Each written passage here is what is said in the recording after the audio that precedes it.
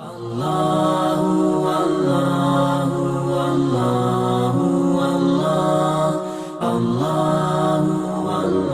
ورزقا حلالا طيبا. اللهم وفقنا في الدين وعلمنا بالتأويل. اللهم زدنا علما وارزقنا فهما برحمتك يا أرحم الراحمين. اللهم صل وسلم على سيدنا محمد النبي الأمي وعلى آله وصحبه وبارك وسلم.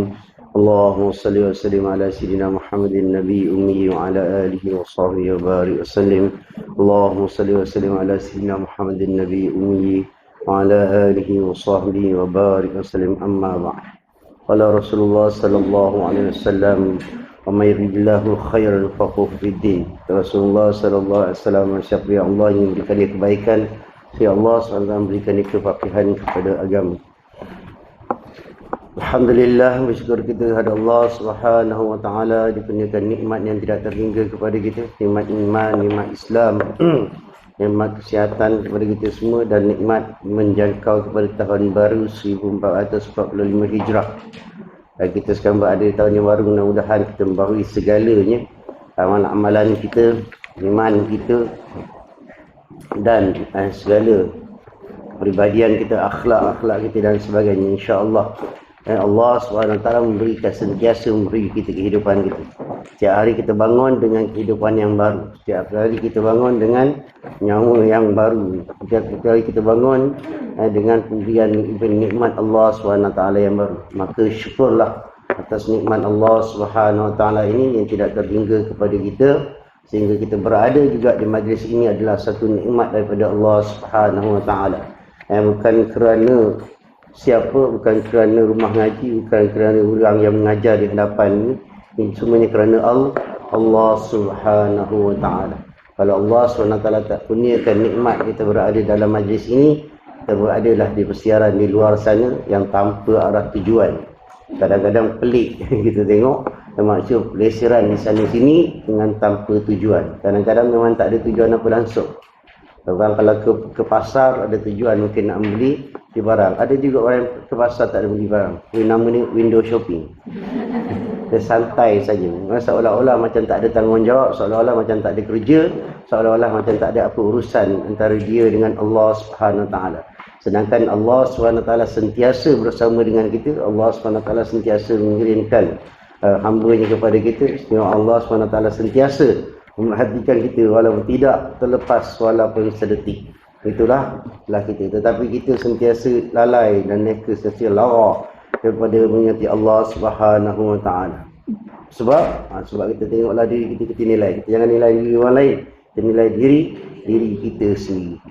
Sebab kita yang tahu kan, dalam fiqh pun yang mengesahkan ibadah kita adalah kita.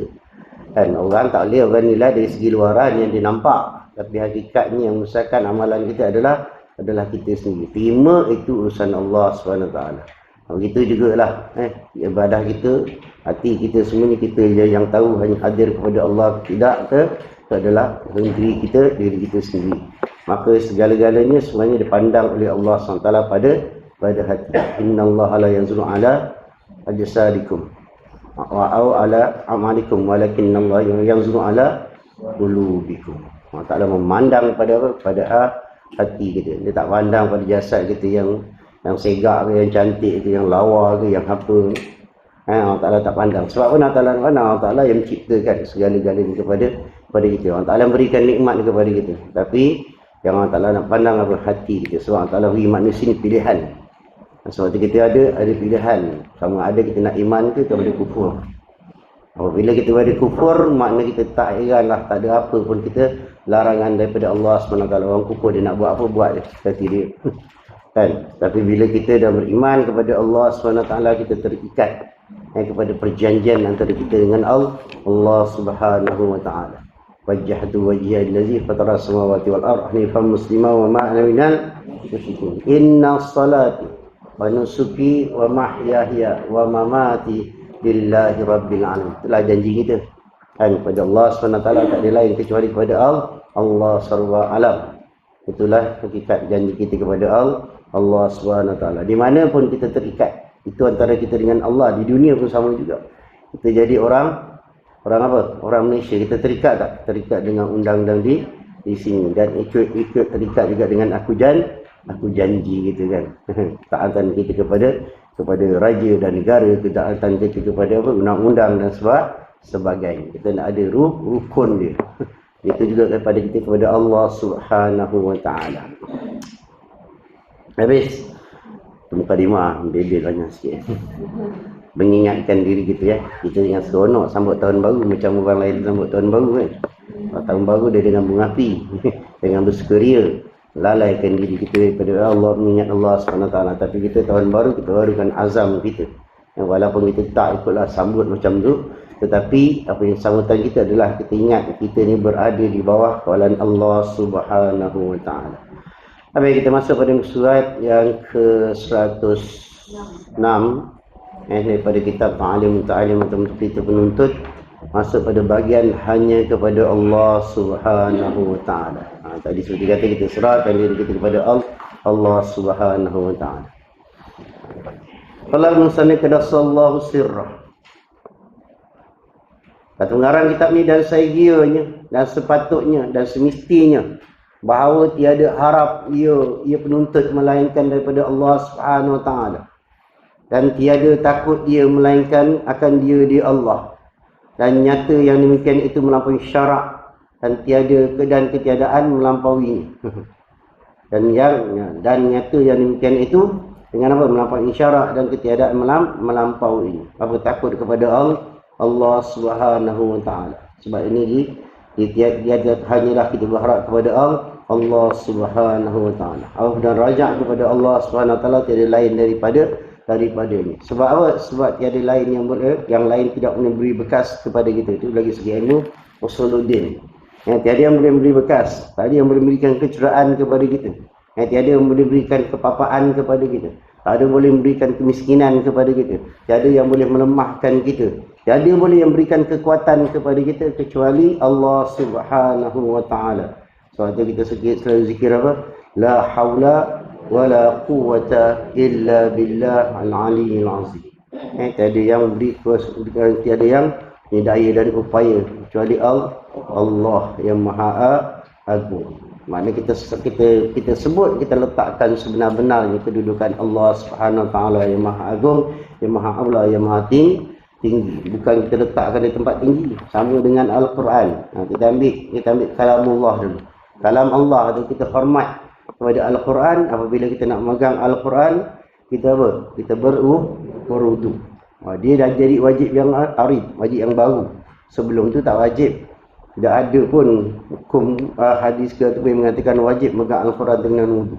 Setengah pendapat mengatakan wajib, terutama dari pendapat Al-Imam Syafi'i, sebab benda yang bersih, benda yang baik, benda yang suci. Kalamullah, kata daripada Allah Subhanahu wa taala, maka disunatkan, kita diwajibkan kita untuk berudu ketika memegang Al-Quran. Bukan sekadar itu saja, namun letakkan di tempat yang mulia. Bukan sekadar di tempat yang tinggi, di tempat yang mulia, tempat yang bersih. Kalau kita letak di tempat yang tinggi sekalipun, tapi akhirnya penuh dengan tak cecak. Contohlah rumah kita paling banyak apa, tak cecak. Kalau dah banyak tai tikus, itu dah lain lah tu. Itu dah rumah yang teruk dah kan. Rumah tinggal mungkin macam tu. Tapi maknanya tak ada nilai. Jadi sisi Allah Subhanahu wa taala pun kita mentazimkan Al-Quran, mentazimkan kalamullah. Sebenarnya nazimkan Al-Quran dengan apa? Yang sehebat-hebatnya adalah mengamalkan Al-Quran dalam kehidupan. Mengamalkan Al-Quran dalam kehidupan. Tadilah kita sebut apa? La haula wa la quwwata illa billahil aliyyil azim. Ini sebagian daripada Al-Quran yang mana kita berpegang teguh kepadanya. Walaupun ayat yang pendek, tetapi kita pegang teguh dengan ayat Al-Quran. Bukan sekadar hukum hakam, termasuk juga ketauhidan kita kepada Allah Subhanahu wa taala. Jadi kepada Allah lah kita berserah, bergantung harap kita kepada Allah Subhanahu wa taala, dan tiada takut melainkan kepada dia. Tiap-tiap minggu diingatkan, terutama pada orang lelaki kan, ittaqullah. Tiap-tiap dua khutbah tu wajib mengingatkan jemaah untuk takut kepada Allah. Dalam apa? Dengan daripada Al-Quran, ittaqullaha haqqa tuqatih ya ayyuhalladzina amanu. Disebut pada orang-orang yang beriman. Bermakna orang yang beriman yang hanya takut kepada Allah Subhanahu wa taala. Kalau tak beriman ataupun iman nipis, dia bermain-main. bermain-main dengan Allah SWT. Jaga-jaga kita ukur iman kita sendiri. Ukur bukan pakai pembaris. Ukur dengan hati kita. Adakah kita cakap kita beriman, kita kata yang kita beriman sebenar-benar kita beriman? Adakah kita rasa takut kepada Allah, ataukah kita takut sebenar-benar takut kepada Allah SWT? Apabila kita mengatakan kita berharap kepada Allah, adakah benar-benar kita berharap kepada Allah Ta'ala? Kita nilai diri kita sendiri. Kalau kita takut, sebagai setara mana kita takut? Nah, adakah bila dia sebutkan perkataan ataupun kalamullah, sebutkan Al-Quran, kita dia rasa tak? Dia sebut, ya ayyuhallazina amanu. Itu belum cerita Ammar ni kan. Ya ayyuhallazina, sebut ya ayyuhallazina amanu. Kita rasa tak kita ni golongan itu? Kalau tak rasa, kita takkan ambil iktibar daripada apa yang ayat seterusnya. Kan, kalau kita rasa kita beriman, mahu kita kan faham. Bila sebut saja, ya ayyuhallazina amanu taqullaha haqqa tuqatih. Bila dia sebut saja, wahai orang beriman, takutlah kamu kepada Allah dengan sebenar-benar takut. Cakap sedap. Yang khatib baca kat atas tu pun kami sedap dia cakap. Dengan semangatnya, supaya apa? Jemaah tak tidur. Satu. Dengan niat macam tu. Niat nak sampaikan ketakutan itu dalam hati sanubari para jemaah. Dan termasuk diri dia sendiri. Sebab tu dalam khutbah kan disebutkan, khatib mengingatkan diri sendiri dan para jemaah semua supaya takut kepada Allah dengan sebenar-benar takut. Apa dia dengar arti kata yang lain, dia terjemahkan dekat situ. Takut dengan apa? Dengan sebenar-benar takut, maknanya meninggalkan segala larangan, berbuat segala apa yang disuruh, seperti mana Rasulullah sallallahu alaihi wasallam apa ditanya kepada Sayyidatina Aisyah radhiyallahu anha, apakah sifat akhlak Rasulullah sallallahu alaihi wasallam, dikatakan Al-Quran. Bermakna apa? Bermakna ditinggalkan segala apa yang dibuat, apa yang segala yang disuruh, man ma'ruf dan nahi munkar, meninggalkan segala apa yang dilarang. Itu baru kata takut. Kita nilai diri kita lah. Adakah kita benar-benar membuat apa yang Allah Ta'ala suruh, ataupun kita bermain-main sahaja. Kejap buat, kejap tak. Kejap buat, kejap tak. Ustaz yang wajib buat, alhamdulillah. Tambahkan lagi dengan yang sunat. Kan? Yang sunat. Begitu juga kita baca Al-Quran. Jangan sekadar kita baca Al-Quran, tapi kita tak faham apa yang kita baca. Kalau kita tahu apa yang kita baca, bagaimana kita nak amal. Dan begitu juga dengan solat. Apabila kita mengangkat takbir saja menghadap Allah Subhanahu Wa Taala, hilangkan segala kesyirikan ketika kita solat. Apa syirik dalam solat? Ustaz, solat ada syirik? Jangan dalam solat pun ada syirik. Kita bayangkan beginilah, kan? Kita menjadi ketua, kita menjadi bos dalam masyarakat, kan? Dalam masyarakat, tiba-tiba kita tengah berikan arahan, kita tengah berikan presentation, kita tengah bercakap. Tiba-tiba ada yang bermain-main, kan? Ada main handphone, ada yang main pen, ketuk sana, ketuk sini. Agak-agak perasaan kita macam mana?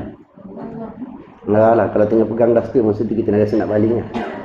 Dan kalau boleh kita ambil file, masa tu file pun kita nak baling. Sungguh. Sebab apa? Kita penat buat present, tapi tak beri perhatian. Macam sekarang ni, saya tengah bercakap, ada yang tidur. Contoh. Ini tak ada lah, pagi, fresh lagi kan. Agak-agak macam mana perasaan saya? Tak bagus ke? Kita akan berasa itu. Tak bagus ke? Kita menyampaikan. Mungkin salah satu dari sebabnya lah. Ustaz ada kelemahan. Tapi Allah tidak. Allah Ta'ala tidak ada kelemahan. Manusia mungkin ada kelemahan. Sebab orang tak beri perhatian. Sebab sampai kata apa.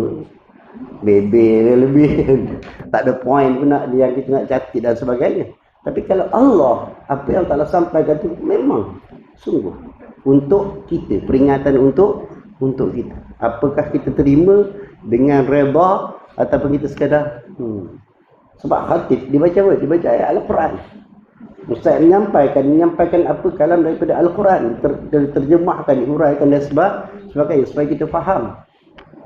Tadi kita ambil ayat satu je kan, ittaqullah. Kat mana nak takut kepada Allah kalau kita tak ada rasa?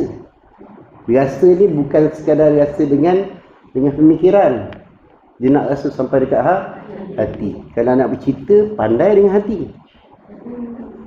Kan? Dari mata turun ke hati. Itu bercerita. Dengan Tuhan kenapa tidak? Dengan Tuhan kenapa tidak? Kalau kita boleh asyik dengan manusia, dengan makhluk, kenapa tidak dengan Tuhan? Kan? Kalau kita boleh ingat mambang gitu. Mesti dia panggil apa? Mambang. Kalau Kelantan panggil gewe. Kan ada macam-macam jenis lah, tak kisah apa pun, tapi maksudnya boleh ingat sentiasa. Kalau boleh kejap-kejap nak telefon, sekarang ni tak main dah, kejap nak WhatsApp, kita nak video call dan sebagainya, contoh. Tapi ada tak rasa kita itu, perasaan begitu kepada Allah dan Rasul? Kalau ada, Alhamdulillah. Saya nak berkongsi formula bagaimana nak dapatkan perkara tersebut. Bukan mudah, bukan sesuatu yang mudah. Dalam solat, itu yang saya katakan tadi, dalam solat pun ada kesyirikan yang kita buat. Sebab kita menghadap Allah Subhanahu Wa Taala, Allahu Akbar. Kita sebut perkataan tu Allahu Akbar. Dan sebelum tu kita niat Allah dalam kalimah Allahu Akbar tu kita niat segala aku melakukan solat ini, sekian solat billah kerana Allah Taala. Tapi lepas kita dah Allahu Akbar je, kita ni agaknya dah mahir sangat baca Al-Fatihah. Dalam baca Al-Fatihah tu dia lalai. Sebab apa? Kita dah mungkin kita tak faham, kita tak boleh nak terjemahkan apa yang kita baca. Satu. Yang kedua, kalau kita faham pun kadang-kadang kita gitu, kita rasa tak apalah, baca je, kita dah tahu dah. So kita hayal. Berhayal pada yang lain. Maksudnya tak fokus, tak perhatian kepada apa yang Allah sampaikan kepada kita. Kita sebut, kita memuji Allah, Alhamdulillahirabbil alamin. Kita sebut Alhamdulillahirabbil alamin, tapi kita tak faham apakah kesyukuran yang kita zahirkan dalam solat. Kita dalam solat itu satu nikmat yang besar. Dah senang nak solat, kan? Pergi shopping 3 jam mampu, solat 3 minit belum tentu, kan? Contoh solat sunat lah, kan? Kalau wajib, kadang-kadang orang paksa diri dia. Itu kadang-kadang terpaksa sungguh, kan? Kadang-kadang memang maksa. Sebab apa kita cakap? Kadang macam Jumaat pun sama. Jumaat kita kadang-kadang berlawan, berasak dengan apa? Majikan. Kan? Bahagian agama lah apa, bahagian pekerja, semua berasak untuk apa? Membolehkan anak-anak Muslim kita keluar untuk solat. Dia keluar solat, dia balik makan. Dia dah kenyang. Dia tidur, tak pergi solat. Ada yang dah balik makan, dia rehat dulu dekat pintu masjid. Esok rokok. Relax. Berbual. Bila dia masuk, dia nak solat. Dia lupa tentang kewajipan solat Jumaat tu bermula daripada bila. Bukan solat sesaja, khutbah tu wajib. Dia lupa. Ada yang dia tunggu sampai nak solat. Dah lambat ni solat ni, imam ni lagi lah, ni kan baca panjang. Saat tu dia balik. Dia terus pergi gitu. Ada yang waktu solat bukan kita jumpa dekat masjid, kat mall, kat shopping. Habis. Iman anak-anak kita hancur. Itu yang tak solat jelas. Ini yang solat ni, yang kita nak cerita yang solat ni. Dia nak cerita kita yang kata-kata ni ahli agama. Ini lah dia peringkat yang lain, yang kita kata kali ahli agama. Pakai dah hebat dah. Kopiah tak tanggal. Alhamdulillah. Kan? Serban pun lilit macam-macam jenis lilitan ada. Ridak sentiasa ada. Jubah tu saya cerita. Kadang-kadang sapu jalan siap. Tapi manakah nilai kita? Adakah pada pakaian ataupun pada hati? Itu yang kita nak. Pada hati. Tak salah pakaian. Kita pun pakai.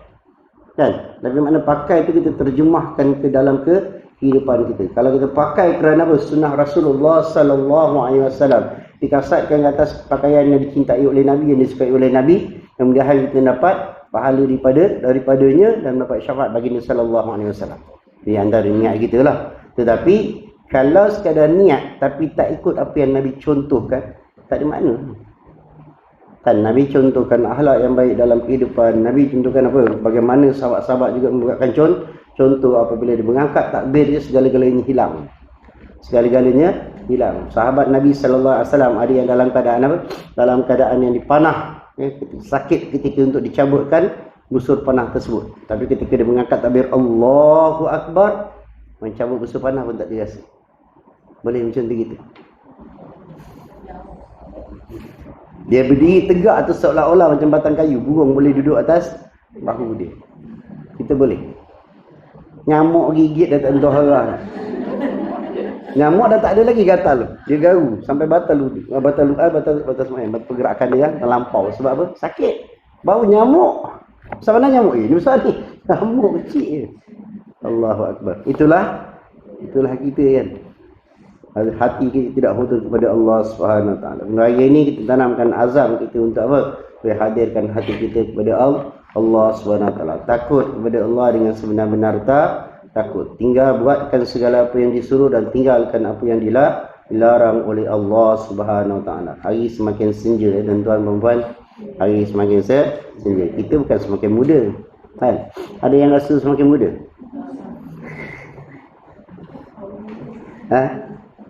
Apa ada yang rasa semakin muda? Tak apa kan masalah semakin muda. Semakin muda dalam amal. Masalah apa? Sikit. Rasa sikit lagi. Belum lagi ni, aku baru nak mula ni. Tambah lagi. Okey, tak apa. Jangan rasa muda dengan umur. Berat nanang tu. Allahu Akbar. Jadi takut kepada Allah SWT, jangan takut kepada yang lain. Ini kita bukan nak cerita macam takut dengan hantu. Itu cerita lama. Yang kata takut Allah Ta'ala bukan kata cerita bertakut dengan hantu. Takut hantu kita takut sungguh-sungguh. Ini bukan takut perasaan takut yang menjadikan kita cinta kepada Allah SWT. Takut kepada makhluk kita lagi. Takut kepada Allah kita semakin hampir. Kita makin qarib dengan Allah Subhanahu Wa Ta'ala. Itu yang katakan sebenar-benar takut. Apabila kita rasa takut pada Allah Ta'ala, kita bangun malam. Takut hantu tak bangun kita. Kan? Takut orang sunyi, orang tengah tidur semua. Tak berani aku nak bangun. Tapi bila takut kepada Allah Ta'ala, kita semakin kuat bangun malam apa? Untuk dekatkan diri kita kepada Allah SWT. Ketika itulah kita mengharapkan Allah SWT. Ketika mana? Ketika orang sedang tidur. Kan? Orang sedang tidur. Kita tunjukkan diri kita mengharap kepada Allah SWT. Kita tak tunjukkan kepada manusia. Kita tunjukkan kepada Allah. Orang dah tidur, dah sedap berdengkur dah. Kita pun bangun, dekatkan diri kita kepada Allah SWT. Ketika sunyilah suara kita, bisikan kita, rintihan kita sampai kepada Allah SWT. Allah Ta'ala tak perlukan masa yang sunyi dan masa bila-bila sekalipun. Cuma kita ni nak menyampaikan hasrat kita. Kalau dalam keadaan sunyi, kita tak dengar apa-apa, kita tak sibuk. Ini kan kalau waktu maghrib, antara maghrib dengan isyak, macam-macam kita dengar kan. Bunyi TV lain, bunyi handphone lain, bunyi anak mengengik lain, bunyi cucu berlari sana sini lain. Semua ada. Betul? Mana fokus kita kepada Allah? Waktu kadang-kadang tengah semayang, Allahu Akbar. Dah lah kita nak fokus apa yang kita baca, apa yang kita sebut ni tidak sampai. Datang bunyi lain pula. Siap-siap terperanjat lagi. Terperanjat lagi dalam solat. Berhati-hatilah apabila kita tengah menghadap Allah SWT. Kita berikan perhatian penuh sebagaimana lebih lagi, bukan sebagaimana, lebih lagi apabila kita perhatian kepada makhluk, kepada orang, kepada bos dan sebagainya. Habis. Mana itulah bergantung harap kepada Allah SWT. Dan nyata yang demikian itu dengan melampaui syarat dan ketiadaan melampauinya. Maknanya jangan berlebih-lebihan dan mengikut keadaan syarat yang sepatutnya. Kadang-kadang kita nak beramal pun tengok, jangan salah beramal. Kadang-kadang benda yang tidak ada kita buat. Kan? Benda yang tak ada kita buat dan kita katakan itu adalah amal. Tapi padahal benda itu kadang-kadang bercanggah dengan syarat. Sekarang kita semakin takut ni. Baru ni saya dengar mana saya tak tahu siapa tunjukkan saya. Ni orang sampai dah tak faham apa itu iman, apa itu Allah, apa itu Rasul. Ada. Saya tengok sekali tak tahu siapa tunjuk, saya lupa dah. Kan? Dia satu keluarga ke tak salah. 3. Lebih tahu daripada saya. Tapi bagus, maksudnya apa? Dia mengaku, dia kata Allah, Muhammad sama. Allah adalah Muhammad, Muhammad adalah Allah. Baca Quran atau baca Quran? Dia kata kalau dia tak baca Quran, memang dia tak faham. Dia tak tahulah, ataupun dia tahu baca Qurannya tapi dia tak faham isi Al-Quran. Dia tidak beriman dengan Rasul, tidak beriman dengan hadis Nabi sallallahu alaihi wasallam. Habis. Samalah dengan puak lain. Sama dengan pegangan agama lain apabila mengatakan Isa anak Tuhan. Kan? Disamakan dengan Isa adalah Roh Kudus. Habislah. Bila dia katakan Muhammad itu adalah Tuhan. Dah macam-macam lah dia sebut. Kadang-kadang tak sanggup nak dengar. Saya pun dengar sekali lalu, saya kata ini risau. Saya jadi risau tentang generasi kita. Sebab tu bagi saya kita tekankanlah pengajian akidah aliran Asy'ariyah dan Maturidiyah, sebab dia ada penghuraian dan penghujatan. Bukan saya nak kata yang lain tak salah, kalau ada yang berpegang kepada kaedah lain tu terserah. Tetapi ini saya rasa kaedah yang terbaik yang suruh manusia berfikir, dan ada nas Quran dan juga hadis Nabi sallallahu alaihi wasallam. Tuhan tidak akan ada dua, tak akan ada tiga, dan Tuhan tidak akan menjelma sebagai makhluk. Itu bukan kepercayaan kita. Dan makhluk juga tidak boleh damping dengan Tuhan seperti mana yang digambarkan dalam kaedah gitu. Tuhan adalah esa pada zat, esa pada sifat, dan esa pada af'al. Dia tidak bergabung kepada siapa. Dia tidak mengharapkan kepada sifat, tapi sifat adalah hak Tuhan. Faham? Maknanya dia bersatu. Dia bukan bercerai tanggal. Bahaya berbuat macam tu. Pakai tudung pula tu rasa ni. Allahu Akbar. Mana datang pun tak tahu. Tu hari dah satu kisah pasal apa? Millat Ibrahim. Satu. Ini timbul lagi satu. Kita tak nampak kaedah mana untuk menyelesaikan masalah kecuali balik kepada kaedah yang ada mengajar kita berfikir, kaedah Asy'ariyah dan Maturidiyah. Yang terbaik lah. Itu saya tak tahulah, tapi saya belajar bab tu, saya rasa ini di antara yang boleh membuat kepada hujah, boleh mengajar kita berhujah untuk menepis hal-hal yang begitu. Tapi kalau tak ada belajar langsung, tangki dah habis lah. Dan kita dengar benda yang macam seronok, seronok ni, bagus benda ni, habis.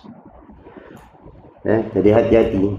Lepas tu kadang-kadang kasih anak-anak kita pegang handphone pun, di antara pengaruh yang kita takut, pengaruh macam ni lah, yang kita tak tahu. Kalau dia rujuk murajaah kepada kita, tak apa.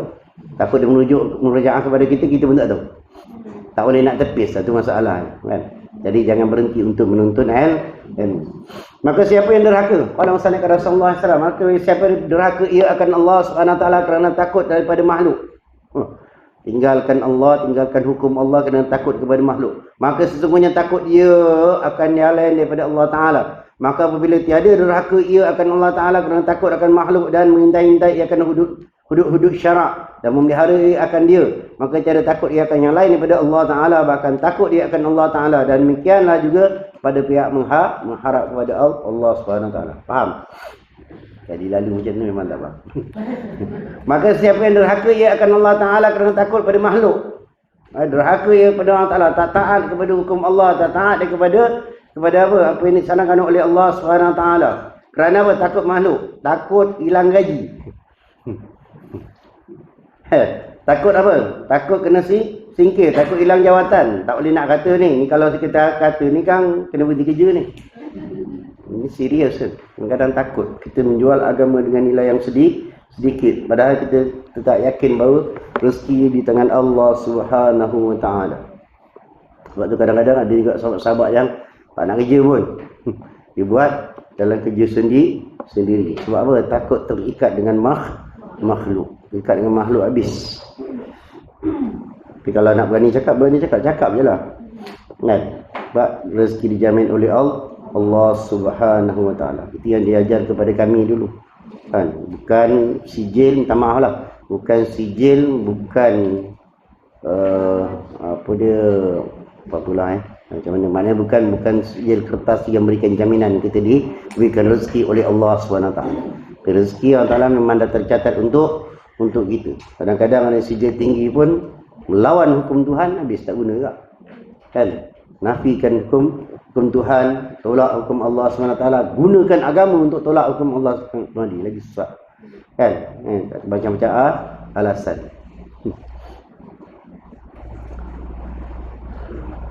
Takut kepada makhluk. Makhluk tak kira lah, bukan maksudnya takut kepada orang saja. Mungkin takut kepada apa? Kehilangan rezeki, kehilangan mata pencarian dan sebagainya. Ataupun mungkin kehilangan kawan. Kita cakap kebenaran ni, kawan tak nak kawan dengan kita. Orang kata kita keras. Orang kata kita apa? Ekstrim. Padahal kita menyatakan kebenaran pada urusan Allah Subhanahu Wa Taala. Rasulullah dah kata apa? Rasulullah kata balik ani walau ayat, sampaikan kepada walaupun satu ayat. Qulil haq walau ka namuran, katakanlah kebenaran walaupun pahit. Walaupun saya pegang apa, semalam saya tengok satu tip daripada Ustaz Wadi Anwar, dia kata apa?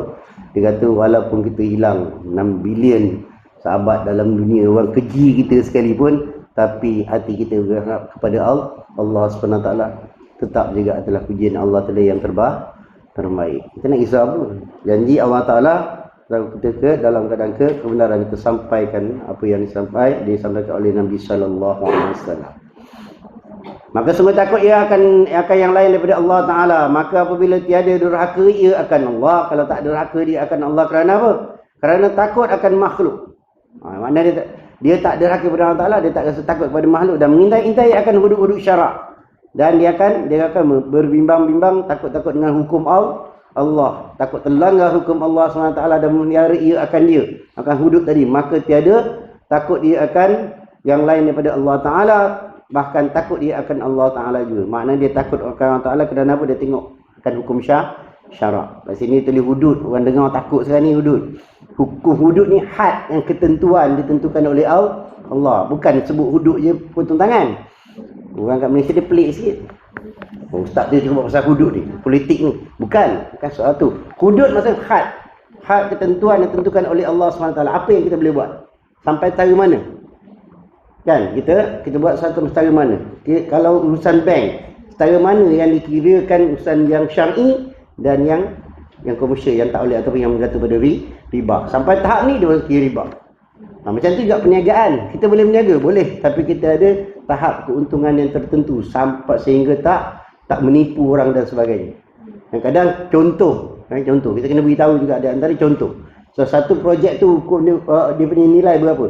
Katakanlah 100,000, contoh 100,000. Kemudian kita buat sebut harga dengan barang kerja apa semua pun dah pergi ke 150,000. Contohlah, kita tengok dalal dia 50,000. Kita tahu banyak urusan dan sebagainya, kira kat situ. Tapi tiba-tiba datang orang suruh naikkan sehingga 250,000. Atas urusan apa? Ada urusan lain yang akan digunakan daripada duit ni. Contohlah, bermakna ataupun dia sendiri kuat, ini kalau boleh je kita buat 250,000, tapi kita punya kos tetap juga 150, kan? Jadi keuntungan dia itu melebihi daripada sepatutnya dia kategorikan riba. Sebab apa? Yang akan menanggung pembelanjaan itu siapa? Rakyat lah. Tentu sebab projek-projek kerajaan dan sebagainya. Jaga-jaga tu. So apa kadang-kadang dia ambil untuk besar sedap lah. Yang orang berebut-rebut nak projek tu. Kan? Tapi dah masih yang sama. Kemudian buat penipuan. Ambil lah tu besar sangat. Kadang-kadang kita nak kait dengan benda yang besar. Ambil yang kecil. Kita niaga. Niaga apa?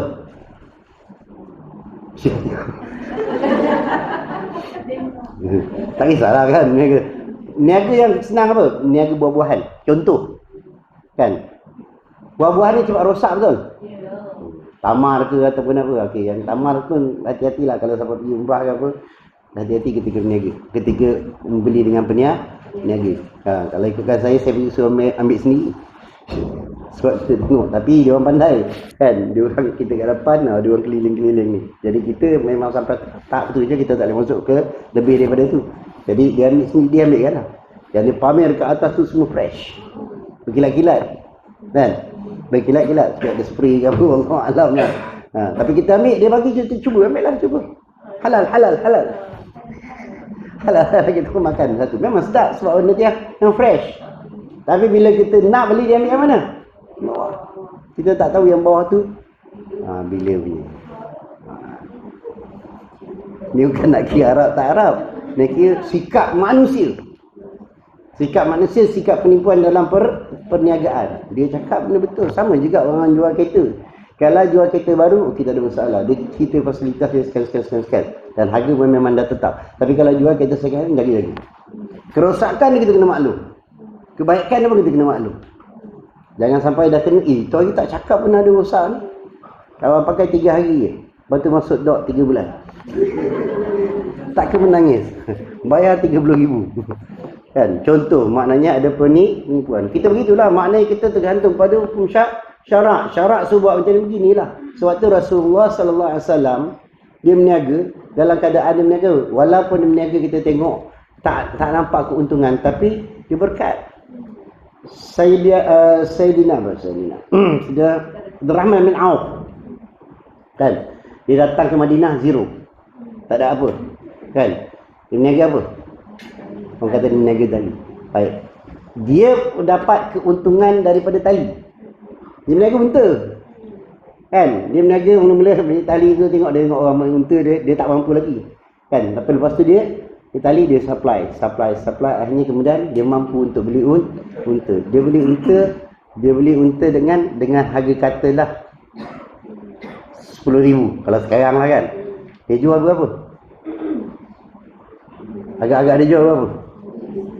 10,000 juga.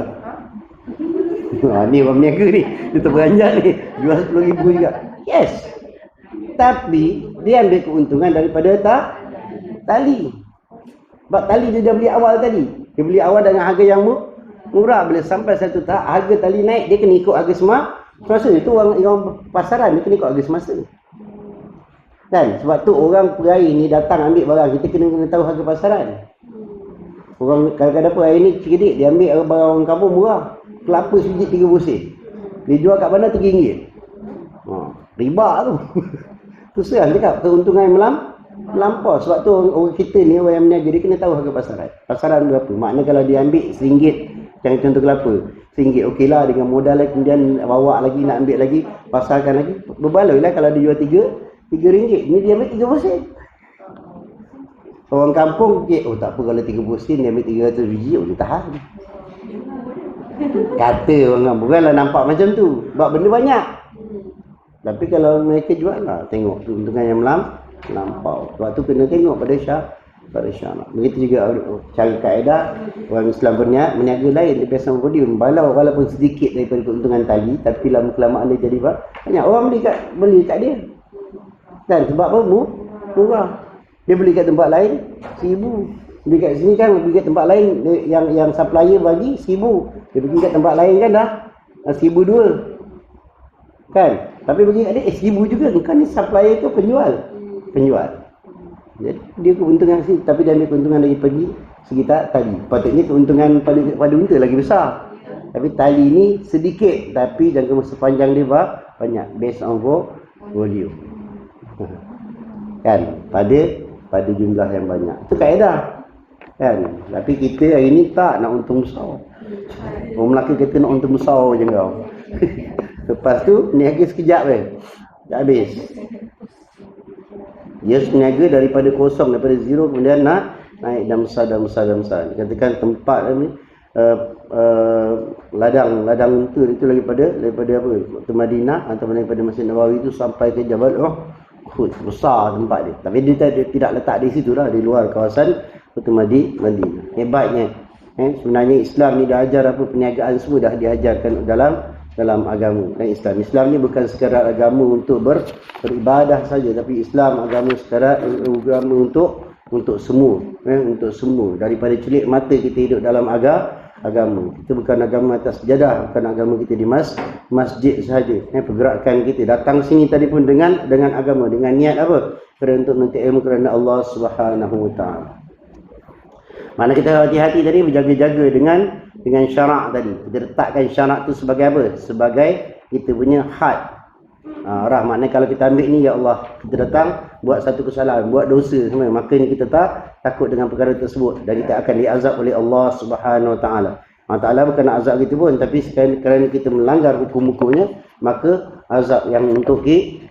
Allah Taala pun tidak mahu mengazab orang-orang kafir kerana kekafiran mereka. Sebab Allah Taala beri pilihan kepada dia, dah letakkan Quran sebagai petunjuk, dah tunjukkan, dah hantarkan Rasulullah SAW sebagai role model, tapi tak nak ikut juga. Habis lah. Habis. Mana bergantung harap kepada Allah SWT, mengharap kepada Allah Ta'ala, takut kepada Allah Ta'ala. Itu adalah perkara yang wajib kena ada pada diri kita, supaya kita apa? Kita letakkan kita ni humble. Sikit. Rasanya kalau misalnya Rasulullah SAW, habis bab tadi. Masuk bab sebagai apa? Sebagai pelajar balik, sebagai talab. Mengukur kemampuan diri sendiri. Ini dalam menuntut ilmu. Tadi kita mengharap kepada Allah Subhanahu Wa Taala, begitu juga kita mengharap kepada Allah Taala dalam kita menuntut ilmu ni, hanya kita serahkan kepada Allah Subhanahu Wa Taala. Kita usaha sedaya upaya yang mampu yang kita serahkan kepada Allah Subhanahu Wa Taala. Bukan kita nak jadi orang alim. Tapi bila kita ada ilmu, alimlah kita. Itu je. Kan? Beri yang menjadikan yang bila kita alim pun tapi kita tak gunakan kealiman kita kepada Allah pun tidak berguna. Maka gunakanlah sebaik mungkin walaupun sedikit. Kata Nabi sallallahu alaihi wasallam, bali ani walau ayat. Sampaikan perku walaupun satu ayat. Yang sikit kita sampaikan sedikitlah. Kalau misalnya kata Rasulullah SAW mengukur kemampuan diri sendiri dan saigia dan sepatutnya dan sewajibnya bagi penuntut ilmu itu, bahawa ia menyedia dan kadar ia bagi dirinya akan kadar pada mengulang-ulangkan motongan bacaan dan membaca-bacanya, kerana bahawasanya tiada tetap hatinya sehingga sampai ia akan demikian itu kadar yang ditentukan. Ini mengukur tahap diri sendiri.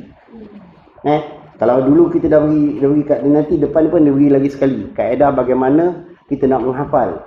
Berapa banyak kali kita patut baca. Ada yang kata ustaz kalau nak menghafal, dia kata sebab kita bukan nak tahfiz kan, bukan dalam pendidikan tahfiz. Dia kata nak menghafal, kita baca 21 kali, kemudian kita dah hafal tu, kita kejap terus insya-Allah. Ada yang mengatakan dah hafal tu dalam bahasa 21 kali insya-Allah mampu hafal, kemudian kita buat solat 2 rakaat, baca dalam solat ayat yang kita hafal tadi. Itu di antara kaedah. Ada orang yang 3 kali baca dia hafal dah. Ada orang baca 7 kali. Kebanyakan kita ambil yang ganjil lah. Kan? Sebab banyak bacaan dalam amalan-amalan, termasuk bacaan dalam solat, kita ambil kan ganjil. Begitu juga kaedah hafalan. 7 kali ada hafal dah. 11 kali ada yang salah tahap tu. Kita tak hafal lagi. 21 kali tak hafal juga. Nak baca berapa kali? 41 kali. Terpulanglah. Masing-masing itu dia kata mengukur tahap kemampuan diri. Kita jangan kata ikut orang. Sahabat kata aku 7 kali okey dah ni. Kan? Kalau mungkin satu ayat mungkin kot dah belum tahu lagi. Satu ayat dah kita kadang-kadang hafal satu doa, satu lirik doa tu pun susah. Sebab tu kata kaedah yang pertama bergantung pada diri kita sendiri. Dan juga suasana. Kalau hingar-bingar untuk peringkat permulaan memang susah. Sebab tu macam tadilah kita nak menghadap Allah SWT, nak berbisik kepada Allah Ta'ala, nak berkata-kata dengan Allah Ta'ala waktu yang sunyi antara kita dengan Allah SWT. Begitu juga nak mendidik akal kita ni menerima ilmu dalam keadaan yang sunyi, perlahan-lahan. Tapi kalau dah dapat, ketika itu hingar-bingar, begitu tak payahlah. Tapi untuk peringkat permulaan bagi kita yang baru nak bertatih dengan orang, ni tatih lagi kan? Patutnya dah berlari dah ni. Kan? Peringkat tu macam tu lah. Kan? Kita ikut kemampuan di sini. Jangan ustaz kata 7 kali dah boleh dah. 7 kali baca insya-Allah hafal. Insya-Allah maknanya ikut kemampuan diri kita sendiri. Kemudian ulang-ulang lah. Kan? Kerana bahawasanya tiada tetap hatinya seseorang, hatinya penuntut itu hingga sampai ia akan demikian itu kadar yang ditentukan. Ikut kemampuan diri sendiri. Kemudian metod menghafal, diajar juga kat sini. Dan sekiranya bahawa mengulang-ulang ia akan potongan bacaan kemarin 5 kali. Dan potongan yang dahulu daripada 4 kali. Dan potongan yang dahulu lagi daripada 3 kali. Dan potongan hari yang dahulu daripadanya 2 kali. Dan yang dahulu daripadanya sekali. Maka itu urutan terlebih membawa kepada ingat. Maksudnya apa? Bacaan yang terkini. Katalah semalam kita menghafal juga. Kan? Satu ataupun 5 ayat contoh. Kemudian sebelum tu kita dah hafal 5 ayat dah. Sebelum tu lagi 5 ayat dah. Maknanya yang semalam kita hafal, kita ingatkan lagi, kita baca. Walaupun dah hafal, kita baca 5 kali lagi. Yang kemarin tu ambil 3 kali. Sebelum tu nak sebut pun tak tahu. 1 hari sebelum tu, 2 hari sebelum tu, mana kita ambil 3. Kemudian yang akhir tu kita ambil sekali tu. Makna berikut peringkat. Itu yang dah hafal. Ni kita cerita tadi yang mula nak menghafal. 5 kali tu masuk dah ke belum tahu lagi kan. Dan sagianya bahawa tiada beradat ia akan bersembunyi-sembunyi pada mengulang-ulangnya. Kerana bahawasanya membaca itu saja bahawa ia dengan rajin dan kuat, dan bahawa tiada berdarah sehabis-habis darah. Apa ni berdarah? Bersungguh-sungguh. Sampai mulakan darah tengok lahir. Itu sana, itu kalau perang ni maksudnya bersungguh-sungguh dan bahawa tiada memenat ia akan dirinya supaya tidak terputus ia daripada mengulang-ulang kemudiannya. Kerana sebaik-baik pekerjaan itu yang pertengahan. Jangan melampau, jangan teruk-teruk sangat sampai apa? Sampai dia kata sehabis-habis darah, maknanya memerahkan tenaga sehebat-hebatnya. Sampai kadang-kadang kita apa? Kita stres. Ni kena jaga juga kan. Maknanya kena buat tu dalam keadaan pertengahan. Wasit tu. Maknanya dalam keadaan wasit, dalam keadaan pertengahan. Bahawa dia beradat, dia akan bersembunyi dalam ulang-ulang akan dia. Maknanya menetapkan akan satu perbuatan tu dalam keadaan mengulangannya, kerana bahawasanya membaca itu saja bahawa ada ia dengan rajin dan kuat dan tiada berdarah habis-habisan. Maknanya ikut keadaan diri jugalah. Jangan sampai dah tak mampu tapi memerahkan tenaga sehingga kan dia jadi apa? Stres.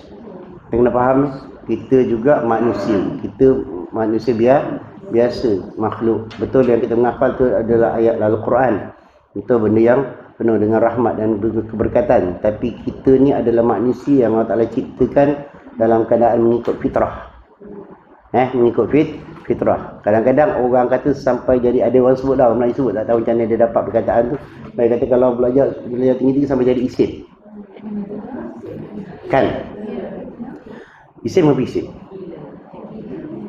Isim gila ni, bukan Majnun ke gila. Isim. Kalau ikut isim, ismu, nama kan. Okeylah, tak tahu macam mana perkataan tu timbul kan. Tapi maksudnya bila isim. Gila nama lah. Gila nama. Okey. Dia macam ni. Kita belajar, pertama tadi kita betulkan nawaitu itu. Kerana Allah Subhanahu Wa Taala. Dan kita jangan, dia kata maksudnya jangan memerah sampai darah yang terakhir. Maksudnya jangan sampai kita tak mampu dah. Kita rasa kita dah macam dah stres dah. Kita kena berhenti. Kita kena berhenti. Katalah kita baca dah sampai 41 kali. Tak masuk juga. Sabar, stop dulu. Tukar kaedah. Katalah kita sekali ambil 5 ayat. Contoh. Kan, kita baca ulang-ulang 7 kali tak masuk lagi. Sampai 11 kali tak masuk lagi. Masuk sampai 21 kali tak masuk lagi. Kita dah sampai dah mula dah stress. Rehat, berhenti dulu. Ulang balik. Tapi berhenti, ambil masa lah. Sampai kita dah tenang, kita buat kerja lain. Sebenarnya kalau memang kita khususkan waktu tu untuk menghafal, bangun solat sekejap. Kan, rehat dulu, dah tenang. Antara kita dengan Allah SWT, ulang balik. Jangan paksa diri. Sampai kadang-kadang urat putus. Serius. Kan, sebab segala pemikiran kita, akal kita, otak kita, jantung kita tengok pada adat. Pada fizikal manusia juga. Kita ada urat-urat yang menyambung di antara satu dengan lain. Dan setiap kali kita berfikir, makna darah kita itu mengalir di situ. Tapi kalau sampai dia stuck, sampai dia jam. Memang orang kata, ada ke pelajar agama sampai jadi ini? Ada. Sebab penyalahgunaan teknik, metod ni. Hati-hatilah. Kan, nak sangat cepat. Lepas tu kadang-kadang ada kaedah-kaedah lain dia pakai lagi, lagi susah. Kan? Maknanya mengikut kemampuan, yang tadi kata mengikut kemampuan diri sendiri. Sebab tu kadang-kadang kita, yang terbaiknya apa? Ada waktu kita munazarah, kita mutalaah dengan sahabat-sahabat. Ataupun kalau orang menghafal, maknanya suruh sahabat kita tasmi'. Dia baca juga dia kan. Mungkin dia boleh menegur kadang-kadang kaedah tu betul. Kadang-kadang orang menghafal, dia kena seorang diri. Sebab apa? Dia kena baca kuat. Dia kena baca kuat baru dia boleh datang. Sebab tu kadang orang zikir, sama juga dengan orang zikir kuat, dia jangan marah orang zikir kuat. Sebab dia nak hudurkan hati dia kepada Allah SWT. Ada orang zikir kuat tak boleh.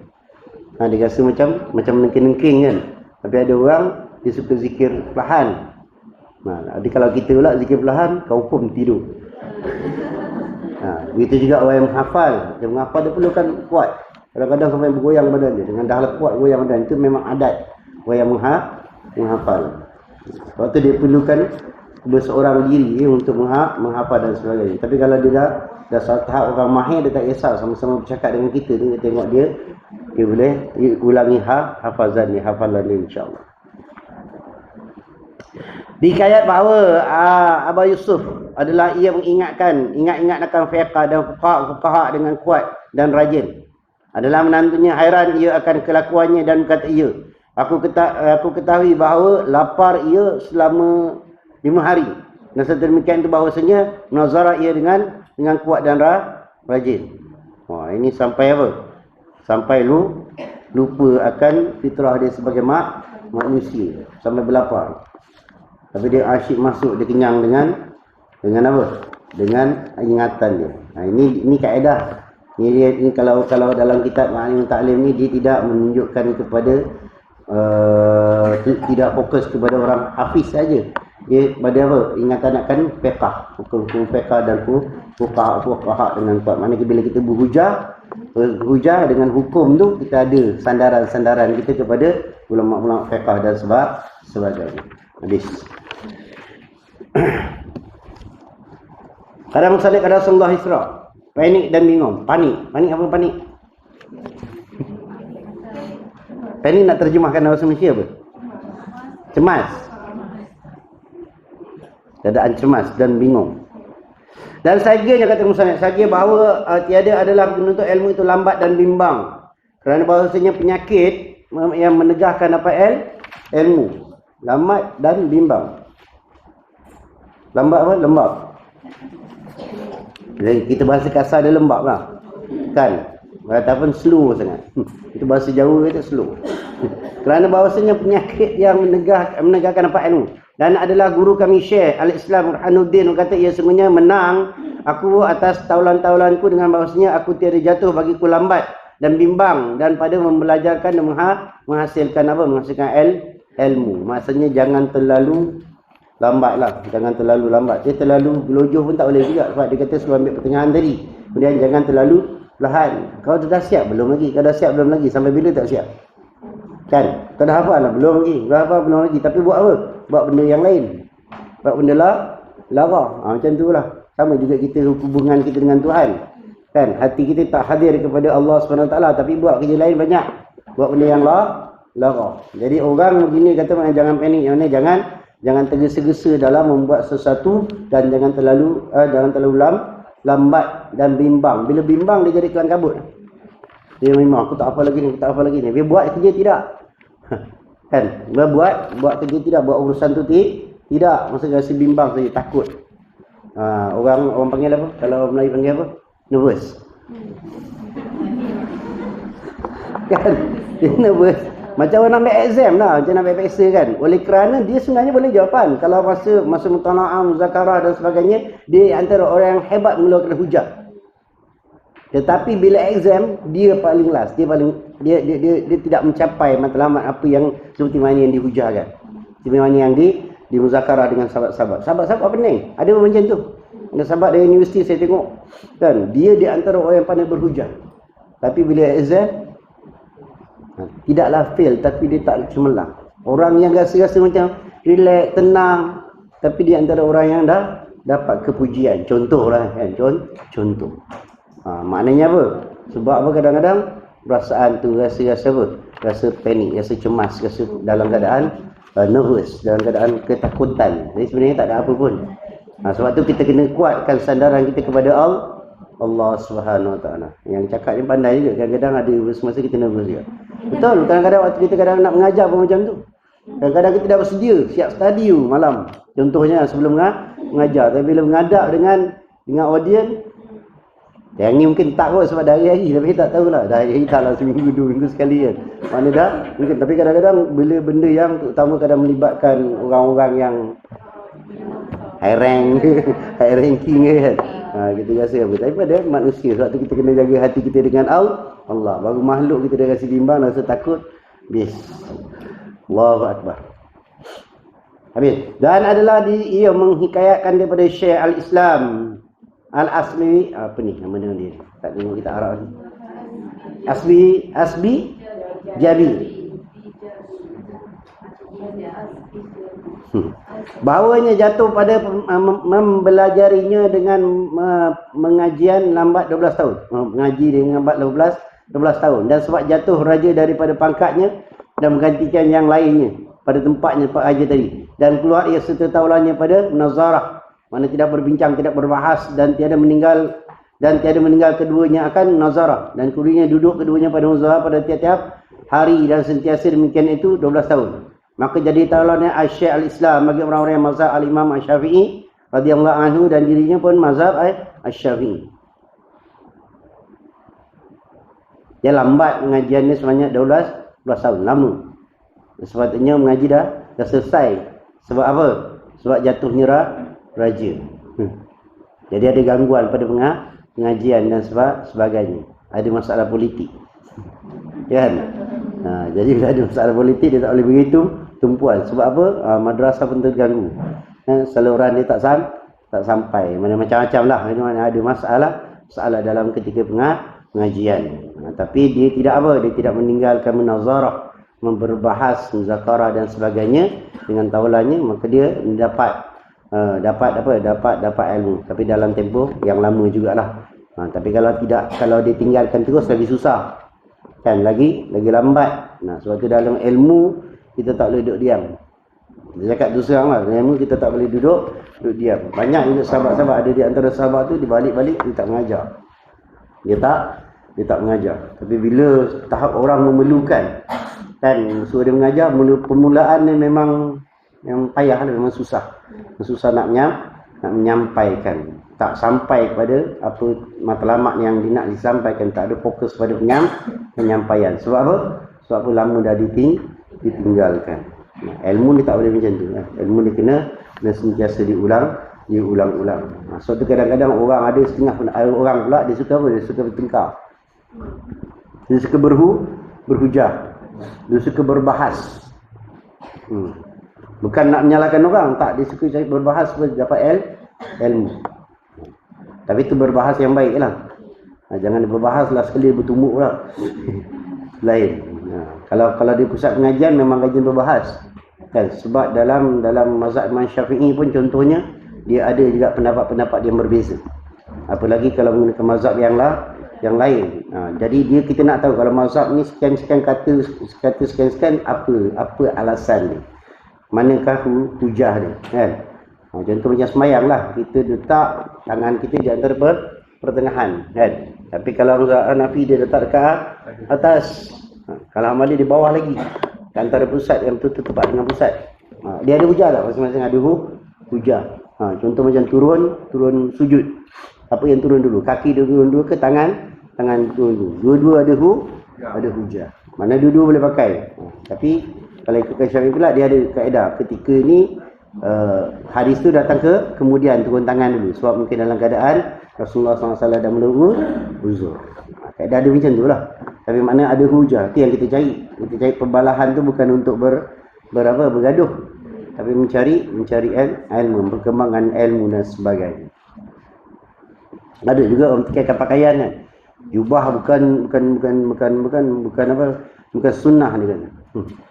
Saya kata kita pegang pada apa? Pada sunnah apabila perkara itu disukai oleh Rasulullah sallallahu alaihi wasallam. Bentuk pakaian, bukan jenis pakaian. Rasulullah pun tak pakai baju tok. Yang ni kalau Arab pakai baju tok. Kan baju tok. Baju tok ni dia tidak belah. Kalau jubah dia belah tengahan. Dia belah dia boleh buka. Itu jubah. Kemudian pakai serban, pakai kopiah. Ada ketika Rasulullah memakai serban, ada ketika Rasulullah memakai kopiah sahaja. Itu dia di antara yang disebut oleh Rasulullah sallallahu alaihi wasallam. Jadi kita ambil dia sebagai apa? Pertama sunnah kerana Rasulullah suka. Yang keduanya syiar. Ada orang lain pakai macam ni. Ada ustaz Bengali dia. Bengali. Siapa tahu rapatlah dengan bangsa-bangsa macam ni kan. Tak masalah pun kita berkawan dengan dia. Kawan-kawan Sikh tu kan. Dia ikat rambut dia kat dalam tu. Rambut dia panjang macam tu. Kalau tengok serban besar dia, panjang lah rambut dia. Dia gulung sekali. Kita gulung rambut tak? Tak. Rambut kita macam dia panjang pun jemaah dah jeling. Ustaz ni lupa kedai gunting rambut dia. Ustaz lupa kedai gunting rambut kat mana. Maknanya kan ada perbezaan. Dan kita tidak mengikut dia. Kita mengikut atas dasar daripada apa?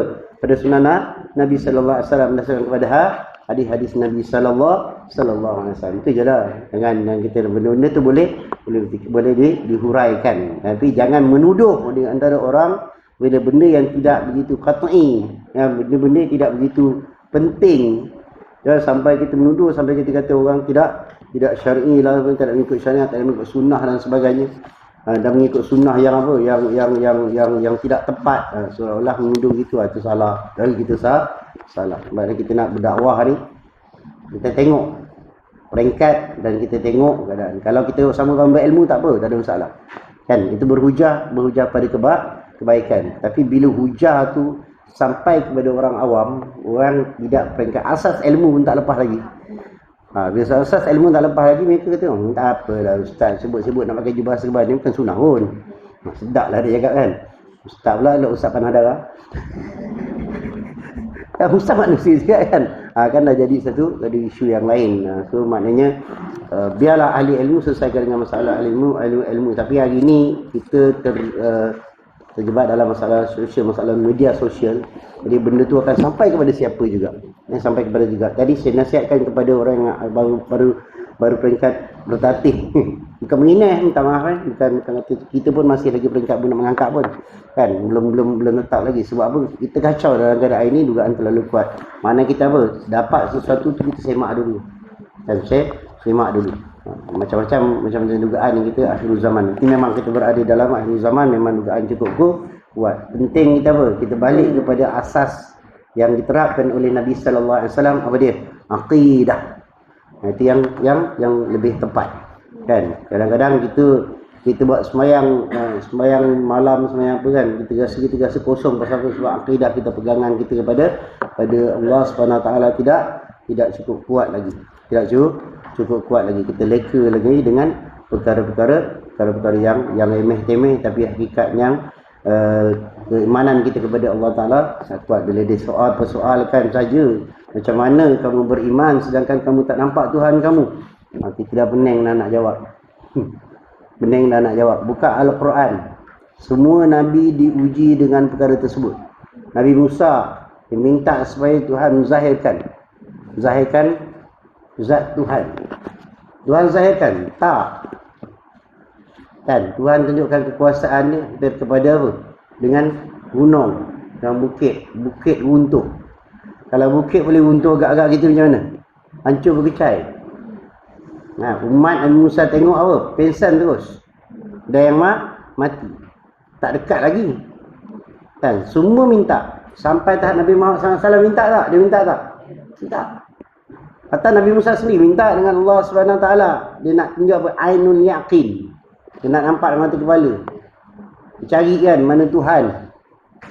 Nabi Ibrahim cari mana Tuhan. Tunggu pagi tengok matahari keluar, Tuhan kot. Tak. Sampai petang dia hilang. Malam keluar bulan. Kan tunggu sampai akhir hilang juga. So tak ada yang kekal. Mana Tuhan? Tuhan beri kekuasaan kepada Nabi apa? Nabi Isa alaihissalam. Dia kuat tak? Terror dia. Menghidupkan makhluk. Menghidupkan orang yang dah mati. Semua mampu. Nabi Nuh. Dia tak buat pun. Tapi disebabkan mujizat dia. Dia boleh apa? Orang yang buta jadi celik. Dengan tempang jadi kuat, jadi sasa. Nabi Muhammad SAW dia minta tak? Ainul yakin. Kau boleh minta tak? Kau mesti minta. Orang Quraisy minta apa dia? Datang belah bulan. Tunjukkan kepada kami. Terjadi tak? Terjadi. Tapi mereka beriman tak? Allah Ta'ala murka. Allah Ta'ala kata aku boleh bagi. Sampai kau Nabi Isa AS.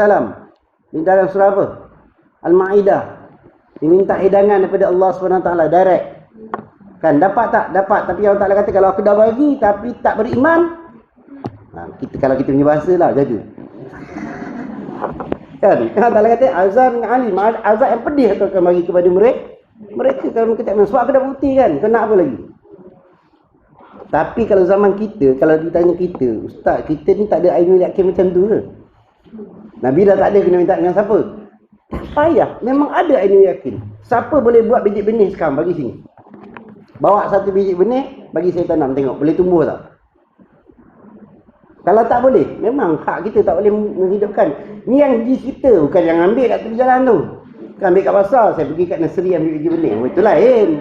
Tak, ni ciptakan biji benih. Ustaz tadi saya cantum, saya nak lihat dengan isi ikan contohlah kan. Balik-balik. Ni ustaz ini apa ni ustaz tanam. Mesti tumbuh ikan ni pokok fish ni. Ustaz campuran kan. Boleh tak? Kalau boleh dah hebat. Tapi belum lagi. Ada cerita belakang dia lagi. Tapi maksudnya kalau boleh tahap tu pun dah cukup hebat dah tu. Tapi takkan boleh menandingi. Tapi memang tak boleh. Tak boleh. Kita tengok hujan rahmat kat depan ni. Kenapa rahmat kita kata? Hujan ni sebabkan hujan ni tanah subur. Kita tak tahu daripada mana datangnya biji benih tu. Tiba-tiba tumbuh pokok, tumbuh rumput. Kita fikir tak? Itulah Aini yakin. Nak pandang kat mana lagi? Tak, kita pernah tengok tak? Langit guntur. Kita pernah tengok siapa naik kapal terbang? Dah pernah naik kapal terbang? Pernah jumpa tak air kat atas? Walaupun kita langgar awam rasa shaking, tapi bukan air. Tak basah pun kapal terbang tu. Kita kan check? Jedah kan? Ada? Tak. Tapi hujan datang air daripada mana? Akhirnya Wallahu a'lam. Allah Ta'ala yang maha mengetahui. Kita tak ada apa-apa. Kita kosong. Nothing. Kita bercakap dengan Allah Ta'ala tak gerak kali, tak jadi ni. Lidah kita kelu. Ada orang ada lidah tak boleh berkata-kata. Ada orang ada mata tak boleh melihat. Ada orang telinga cuping macam telinga gajah tapi tak boleh mendengar. Bukan urusan kita tu semua. Panggillah pakar macam mana sekalipun. Kadang pakar kata aku dah buat ni. Tapi dia masih lagi pekak. Contoh, nak bagi faham yang mudah kan. Bahasa sedap, bahasa kasar ni. Tetap juga pekak. Aku dah buat macam-macam dah. Kenapa? Sebab bukan izin. Bila biiznillah tak akan jadi. Tapi bila biiznillah dia akan jadi. Kita tengok dalam Al-Quran. Berapa Al-Quran menerangkan perkara-perkara yang mustahil. Tapi biiznillah. Dah bunyi motor tu, saya kena berhenti. Yang lain ke? Yang lain ke? Ya, alhamdulillah, syukur kepada Allah SWT. Sebentar itu insya-Allah akan sampai pada suatu pasal pada menyatakan tawakal, yakin berserah kepada Tuhan Allah SWT dan Azza wa Jalla insya-Allah. A'udzubillahi minasyaitonir rajim. Bismillahirrahmanirrahim. Alhamdulillahirabbil alamin wassalatu wassalamu ala asyrafil anbiya'i wal mursalin wa ala alihi washabihi ajma'in.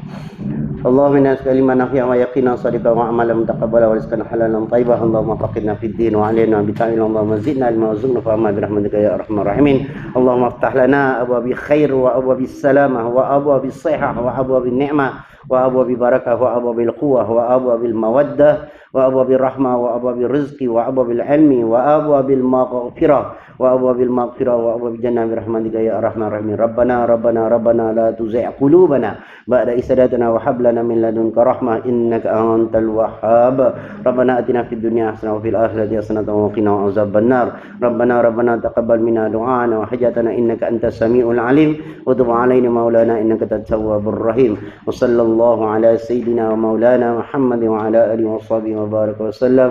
Walhamdulillahi rabbil alamin. Subhanakallah bihamdika asyhadu an la ilaha illa anta astaghfiruka wa atubu ilaik. Bismillahirrahmanirrahim. Wal 'ashr innal insana lafi khusr illa alladhina amanu wa 'amilus solihati wa tawassaw bil haqqi wa tawassaw. Allahu